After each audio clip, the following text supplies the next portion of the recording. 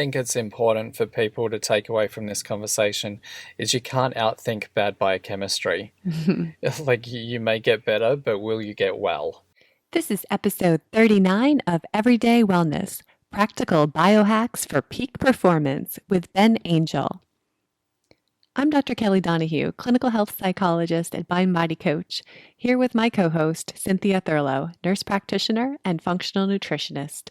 Together, we have over 25 years of combined experience in wellness, nutrition, nursing, psychology, and coaching. Our goal at Everyday Wellness is to share easy strategies to help as many people as possible become healthier.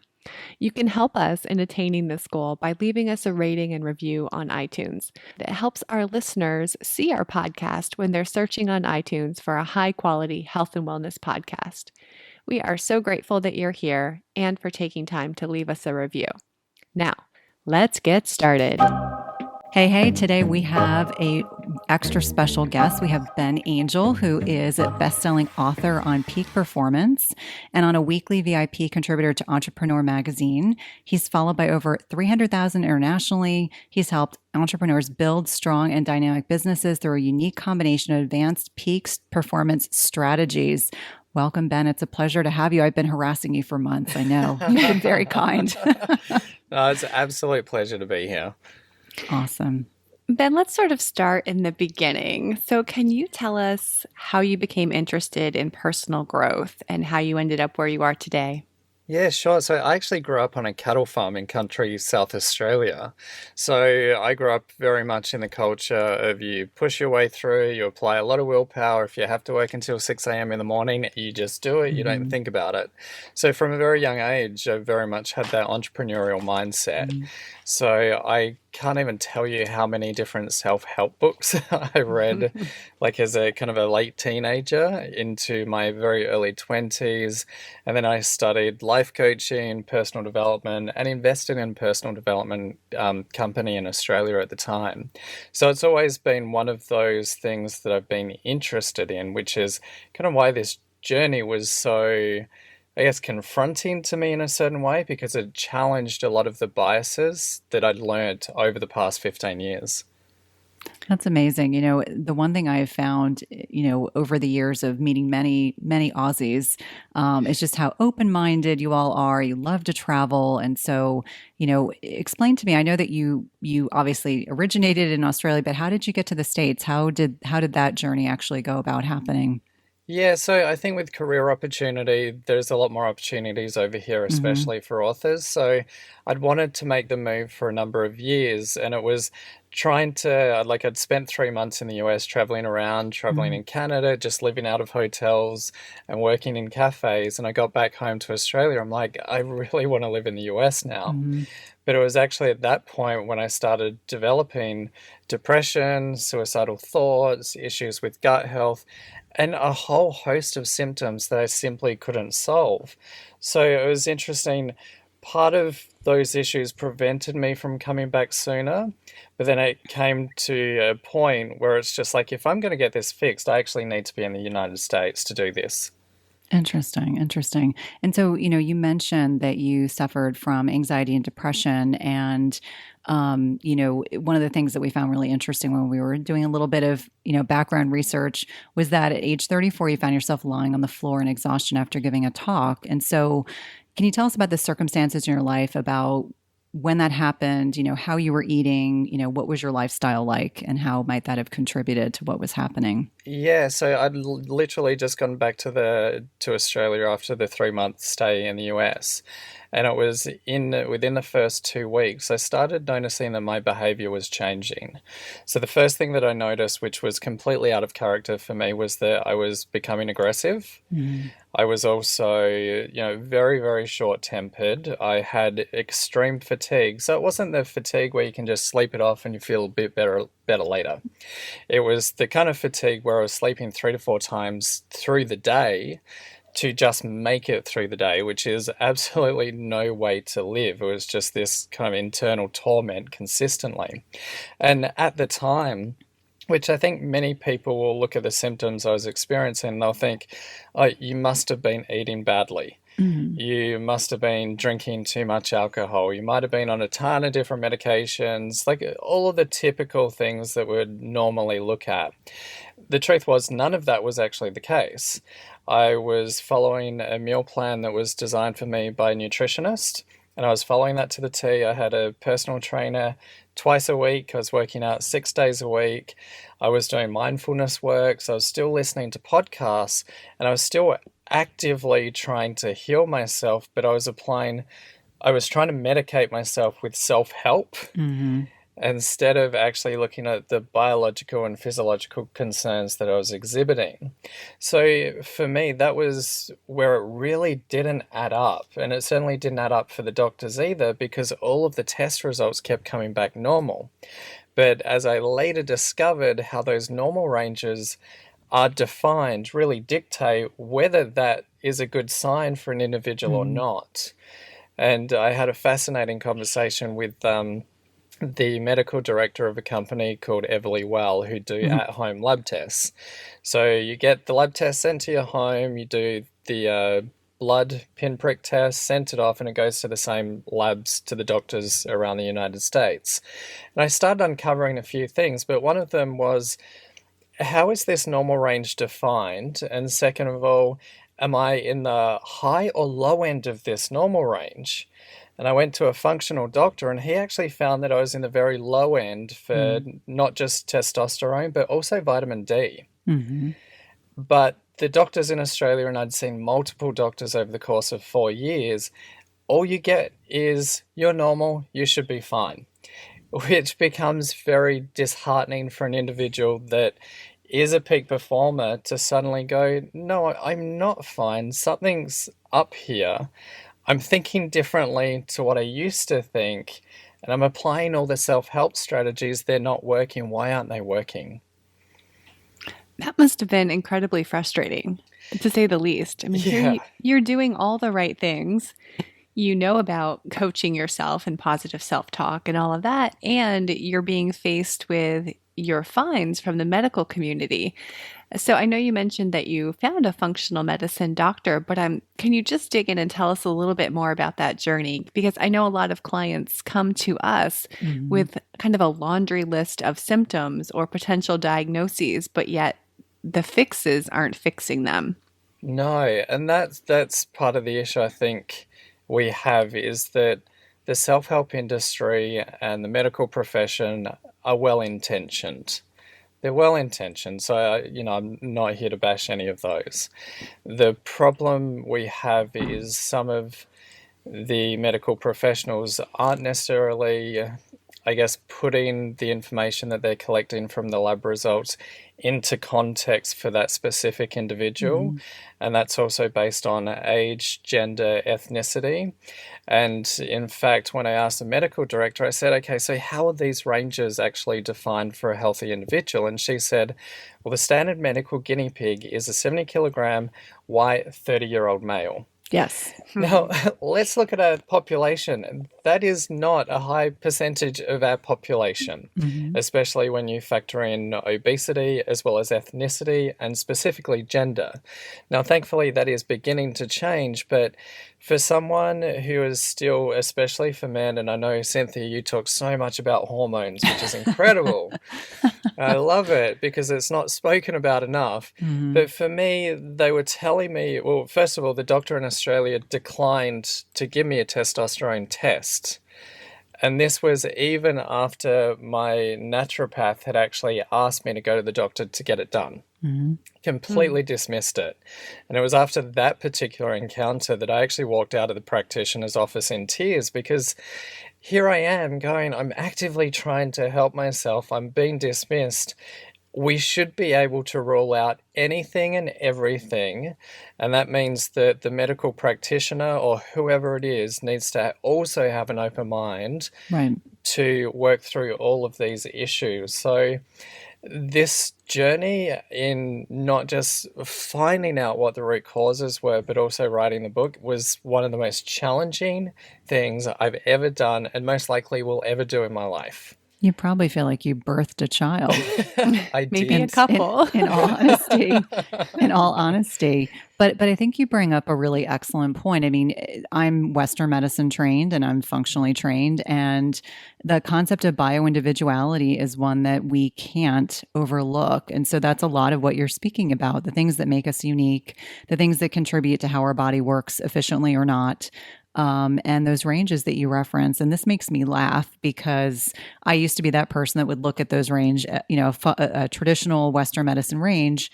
Well, you're within range. And how many lost opportunities we probably had with patients, but recognizing that as bio individuals, we have to look at each person as an individual. And that's, that I think that's changing. I do believe that there is this evolution or revolution, if you will, that is making many healthcare providers starting to second guess and look a little bit differently. But you're right, the open-mindedness of the practitioner is absolutely paramount. The ability to self-evolve as a practitioner or provider is really, really crucial. But I'm so grateful that you got some of the answers that you deserve to have ultimately. Yeah, thank you. And I think when we look at peak performance as a whole, we need to look at our biases on how each methodology treats it.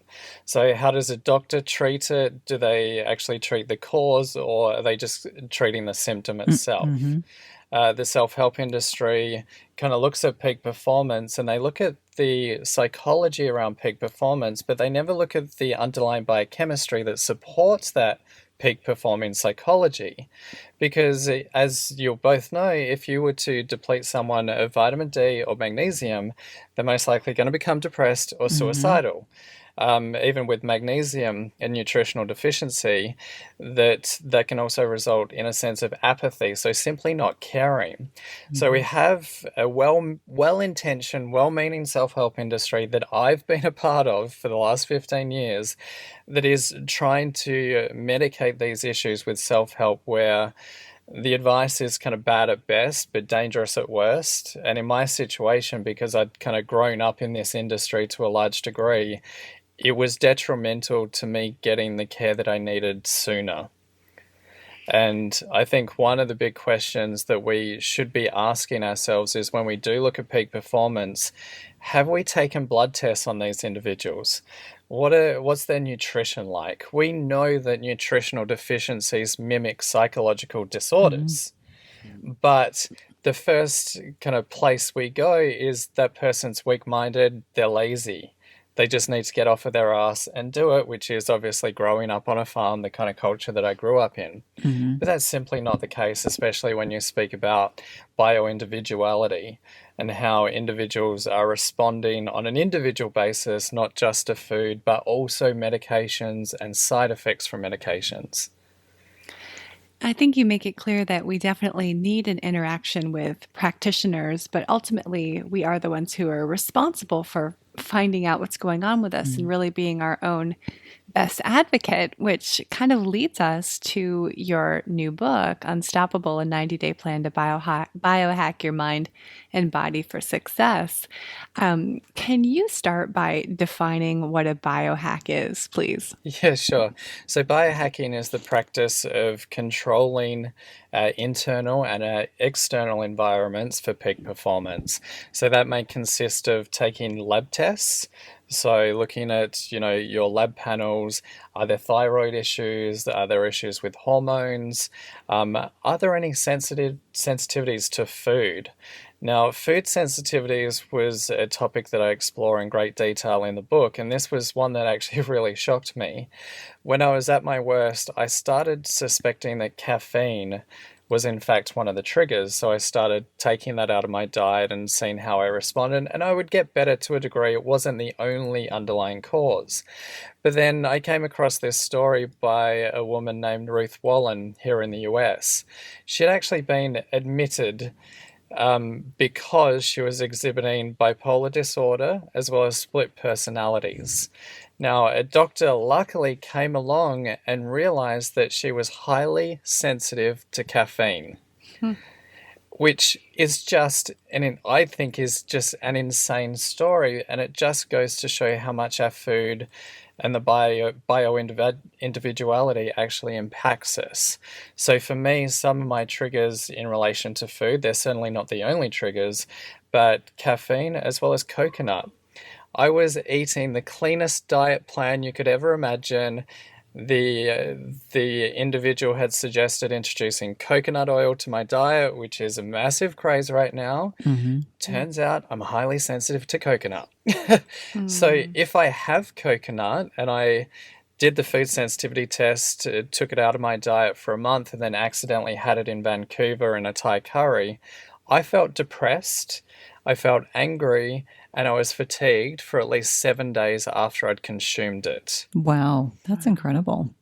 So it really goes to show that our biochemistry is as unique as a fingerprint. So we've got to stop making these generalizations that people just need to quit making excuses, and we need to dive deeper into what are the underlying triggers that are altering our behavior out of conscious thought. It's interesting that you say that because a lot of the work that I do with women is doing food eliminations that are personalized. And I always remind them before they do the testing, I said, just recognize things that you like to eat a lot. Yes. There will be several that will be part of the elimination. And some people are like a duck to water. They're the upholders of the world. I would be one of them. You remove it from your diet, you feel better instantly. And then I have several that will really struggle with that. And you start to think about not only the inflammation that it's creating, but how it impacts their gut flora, how it impacts their neurotransmitter production. I mean, all of these things that, we kind of take for granted in Western medicine, but really can be problematic. Kelly, do you see that with a lot of your clients as well? I do. I do. I really resonated with what Ben you were saying about the nutrient Mm-hmm. deficiencies, Mm. especially magnesium. That's Mm-hmm. so huge, and it just goes back to looking at the interaction between our environment and us as individuals, and what's going on in our soils, and how that's affecting the mineral and vitamin contents of the foods that we're eating. So we have the sensitivity piece where we could be eating amazingly foods that we're sensitive to, but we also have the actual nutrient content piece. I mean, Ben, you were eating, sounds like a stellar diet and still not able to really extract all of the vitamins and minerals you needed from those foods. And yeah, that's one of the things I also looked at was how is also climate change impacting our food supply? And there was a fascinating study I came across that we didn't end up putting it in the book, but they're actually looking at how the increase of carbon dioxide can actually cause plants to grow larger, also faster.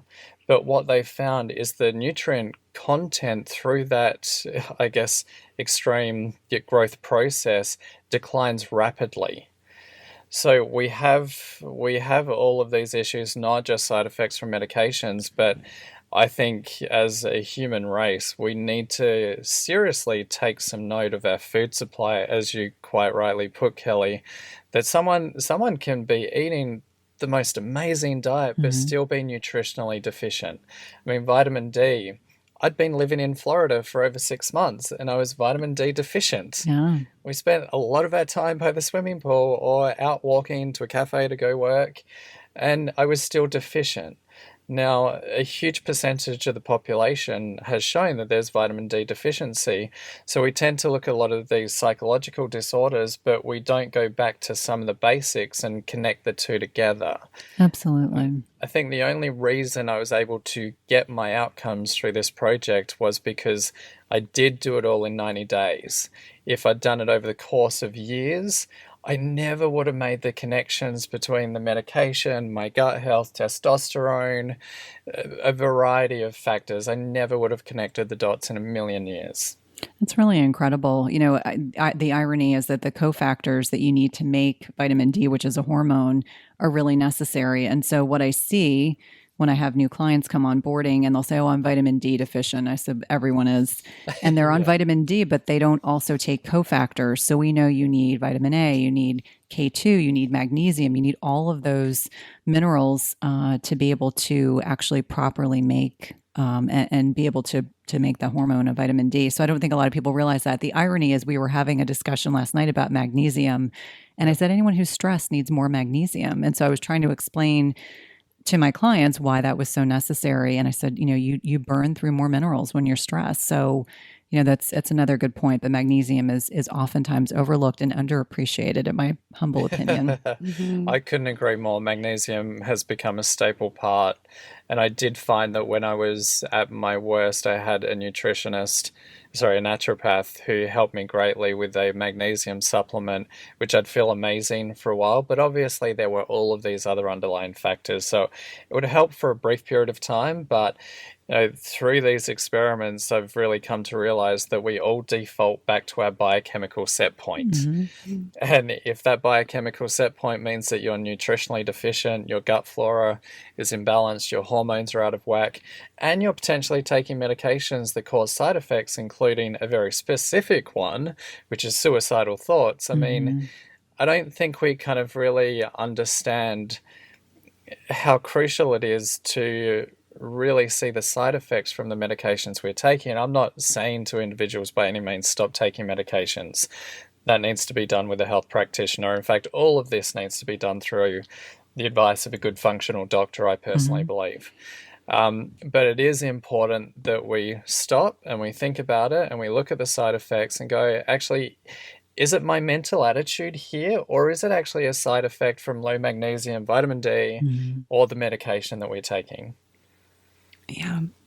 Well, let's move back for a second and talk about stress. So, we mentioned the role of stress in depleting vitamins and minerals. And in our world today, there's no shortage of stress for a variety Yeah. of reasons. Could you talk about your specific advice on dealing with and even thriving in stressful situations? Yeah, so I think we need to look at kind of a couple of different types of individuals. So I look at an individual now kind of as having a battery. So, like your mobile phone, it might be fully 100% charged, 50% charged, or completely depleted. The question is, how do we recharge this battery during the course of the day and throughout our lifetimes? So, if someone's like 50% and below, which I kind of say the standard for peak performance, the bare minimum requirement would be a 50% threshold, energetically wise, to at least be able to perform. But if we go below this 50% threshold, we dip into what I call self-preservation mode, where our primal brain is recognizing that we're nutritionally deficient, we're stressed out, so it starts to take control of the situation and says, hell no, you're not going to work on that goal. You're not going to go for that job interview. You're not going to start that new business. You're not going to go out and have fun. You're nutritionally deficient right now. You actually need to get your ass on the couch and recover. And the interesting thing here is that when we kind of hit self-preservation mode, we lose our mental cognition. We're no longer in our rational mind where we can rationalize things. So when it comes specifically to stress, first of all, we have to recognize, have we kind of switched off our impulse control? And if we have switched off our impulse control, how do we regain that back again? So that could be, I guess, through psychological means. Can we remove the stressor from our environment? But the other factors are, and I have kind of flipped on this completely. In the self-help world, I would have said for someone who was below the 50% threshold, meditate, mindfulness work, read books, like reprogram your mind. The reality is that advice is absolutely useless when someone is in self-preservation mode because they don't have access to their cognitive function. Mm-hmm. So I've kind of gone the other side and looked at, well, there are supplements such as ashwagandha, which is an Mm-hmm. incredible one, which is, Love it. yeah, been shown to reduce cortisol. I believe it's by over 20%, actually closer to 30%, I think, one of the Mm-hmm. studies I read. So for me, when I know I'm starting to get stressed out, I'll up the ashwagandha. I will take it at least 1 to 2 hours prior to bed to try and reduce my cortisol levels as much as possible before I even go to sleep. And there are other things such as nootropics that people should really take a look at, especially when you're deficient.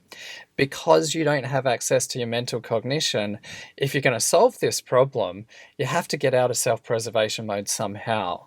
And speaking to company owners from the nootropics companies, they also use supplements such as L-tyrosine to kind of help get that mental cognition back. It gives them a few extra hours per day to kind of work on solving the problem.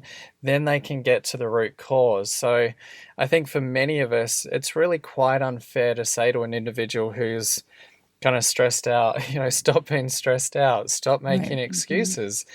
And I have a great deal of more empathy for those individuals. We should be looking at every single aspect of their health, not just their psychology, but what is influencing their psychology. I think that's a great point. Interestingly enough, I love the adaptogenic herbs. So ashwagandha is one that I recommend with some frequency. Do you have any experience with phosphorylserine? And I'm speaking specifically about Cerephos, which is what I think is probably one of my favorite supplements to suggest and I myself take, but that also helps blunt cortisol Okay. and helps with fatty acid synthesis in the brain and has some good study data. But I was curious if that was something that you came across in your research. That isn't one I came across, but I'm going to be looking it up after this. But yeah, the adaptogens are fantastic. But I think it's really nice when people have the opportunity to utilize a supplement or an herb or something that's naturally occurring when they're recognizing that they're in this kind of base survival mode, that they really need to adapt some things that will help their body kind of recover or get out of this sort of more stressful moment that they're experiencing. It's certainly really important. Because I mean, if we look at peak performance, you can't have a high level of psychological output without a high biological price being paid, as you put earlier. Mm-hmm. So if people are wanting to push themselves, then they have to factor in, have I just hit self-preservation mode? Could I take some tyrosine that could help me get out of it to at least solve the problem? It is important to note that our bodies adapt to the adaptogens. So Mm-hmm. you may take L-tyrosine for a little while. The effects may start to wear off after a month. So you may need to give yourself a bit of a break. So in the case, if we look at medicine covering up symptoms or Mm-hmm. treating symptoms, not causes, L-tyrosine could potentially do the same. However, it's certainly I believe, a healthier option in some circumstances to help push people over that 50% threshold. It's amazing. And so we're kind of talking about the mind-body connection here and using the power of the body and neurotropics and other things to heal the body with the recognition from the mind that we need to do something different than what we're doing now. Can you give us your favorite tips for harnessing the power of the mind-body connection with the focus on kind of optimizing health for peak performance? Yeah, sure. So I think the fundamentals, especially for someone who's struggling, are to check out L-tyrosine, ashwagandha, reduce your cortisol levels as much as possible, get that mental cognition back so you can start troubleshooting the other issues. Once you're kind of in that position, that is where you do need to seek out medical assistance. I think, it can't be understated how important it is to work with a functional practitioner or some kind of doctor where you can actually get your lab results done to validate how you're feeling. And I think that was one of the keys through this is it is such a huge relief to validate, hey, I'm not just crazy. I'm not just Mm-hmm. lazy. I'm not just weak-minded. Like, I've never been this person before. To actually back it up with science and go, all right, this actually explains why. So I think they're the initial steps an individual should take. Once they're kind of above the 50% threshold and they're getting their cognitive abilities back, I certainly recommend daily guided meditations, using NLP or even tapping. There was one wearable device that I experimented with in the book called Touch Points. So these are based on just one of the most incredible treatments for PTSD sufferers. So they look like a pair of watches. You have one on either wrist, and they vibrate like a mobile phone, but it's bilateral stimulation. So they vibrate between one another. You can speed it up or slow it down. So what happens when you actually do this is you calm your fight or flight response so you can get back into your rational mind. Because what I've found is kind of the body-mind connection through this entire project. Everything is focused around getting us back into our rational mind.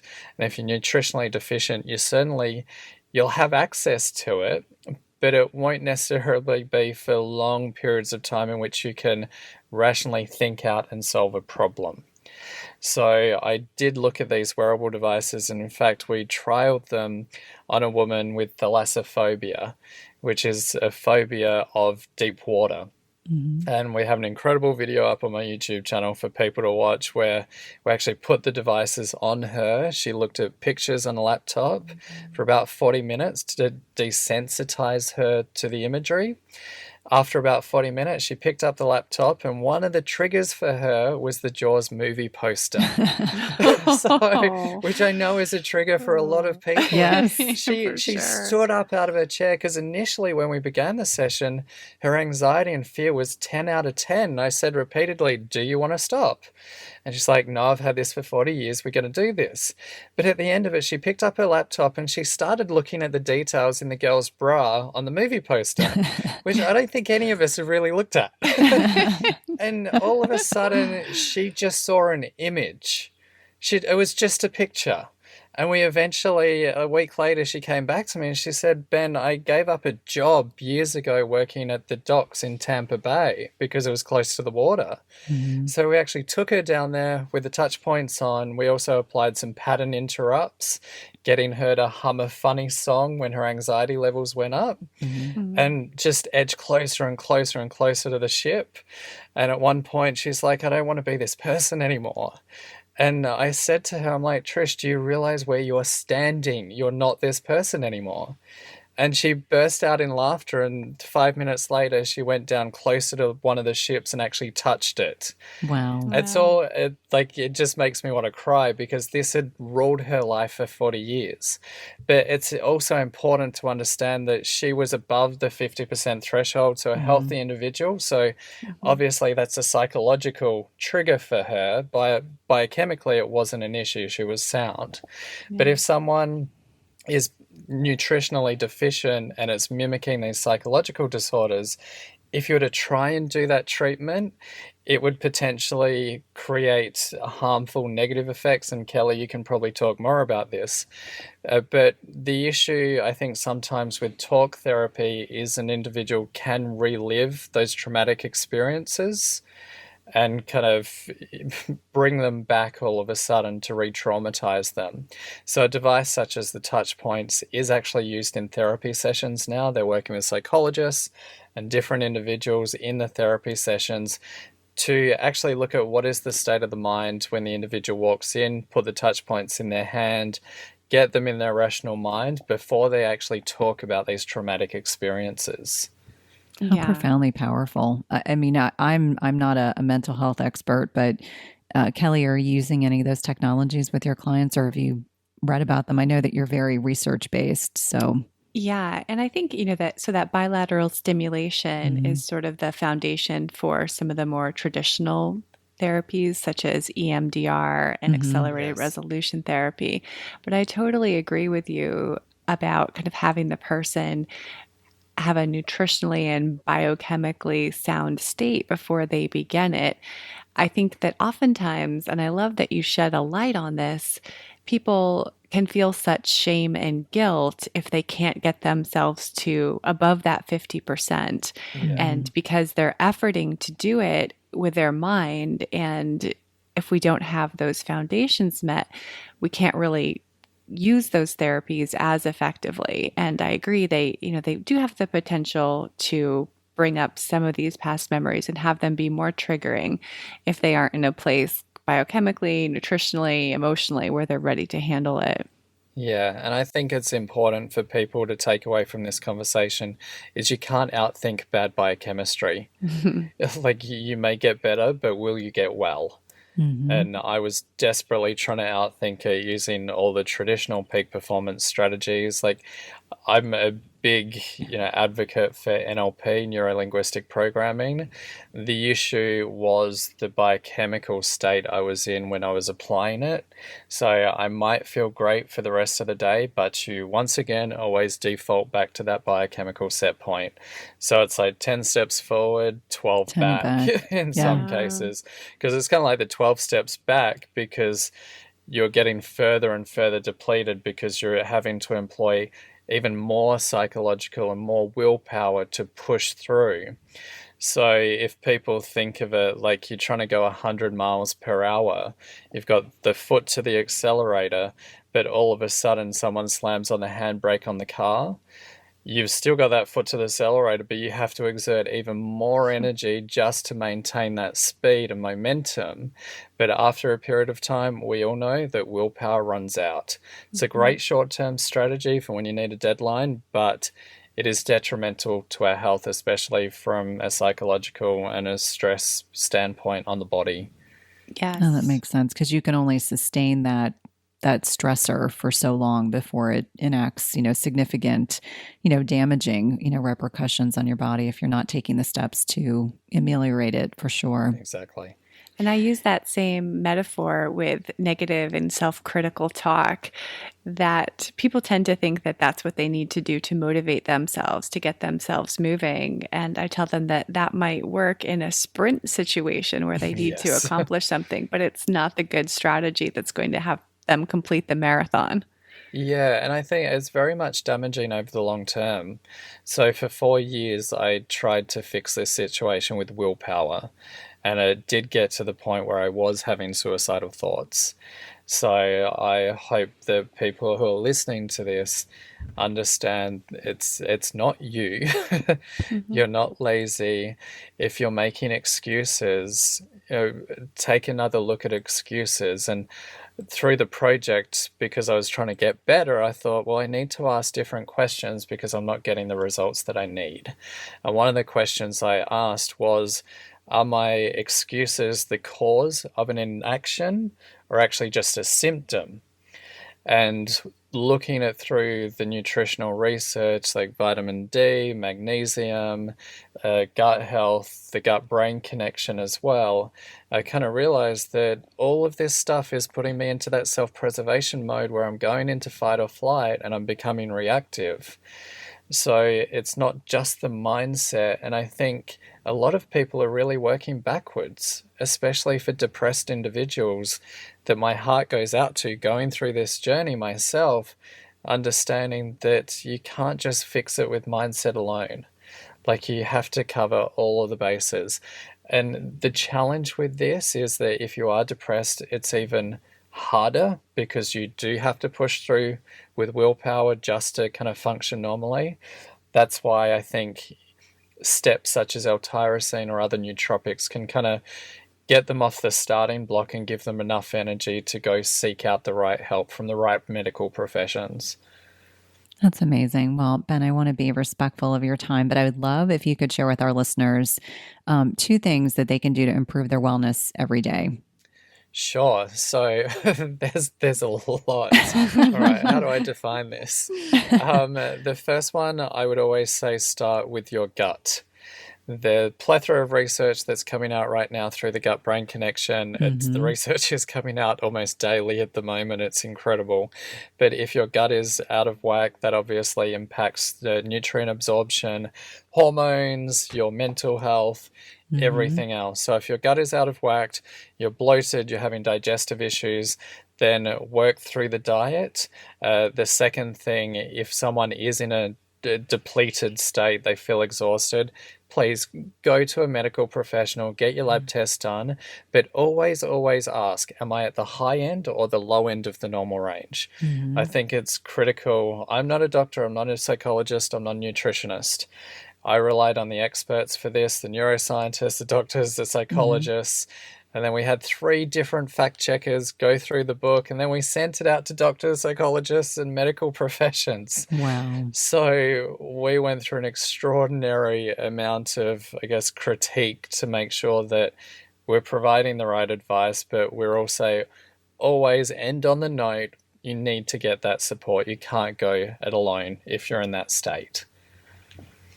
So true. Such sage wisdom. And I know it was difficult to boil down all of your tips into those two, but we appreciate I think you everyone's doing always that. humored with our question because most people are like, just 2? Yes, just 2. I could give you 50, but Yeah. they're the basics. That's definitely where I recommend people get started. Just validate it through scientific means. I love it. Ben, can you tell people where they can learn more about you? Yeah, sure. So if they head to areyouunstoppable.com, so that's areyouunstoppable.com, we've actually created a 30-part questionnaire which will give them a readiness score on whether they should push themselves or back off. So this is based on not just their biochemistry, their psychology, but also gut health. So we've spent a lot of time talking with the experts. So that'll give them an indication of where they're currently at, as well as provide some immediate recommendations on what they should do next to improve their health. Love it. Well, thank you Love it. so much for being here. It's such a pleasure. And for anyone that's listening, Ben has a very active Facebook group. I enjoy, the really high quality content you have in there, Ben, and learning. And I did have an opportunity to read your book before it came out. Yes. And was so thoroughly impressed. That's why I have been diligently harassing you on a monthly basis to get you on the podcast. So thank you again for coming on. Thank you so much. Absolute pleasure.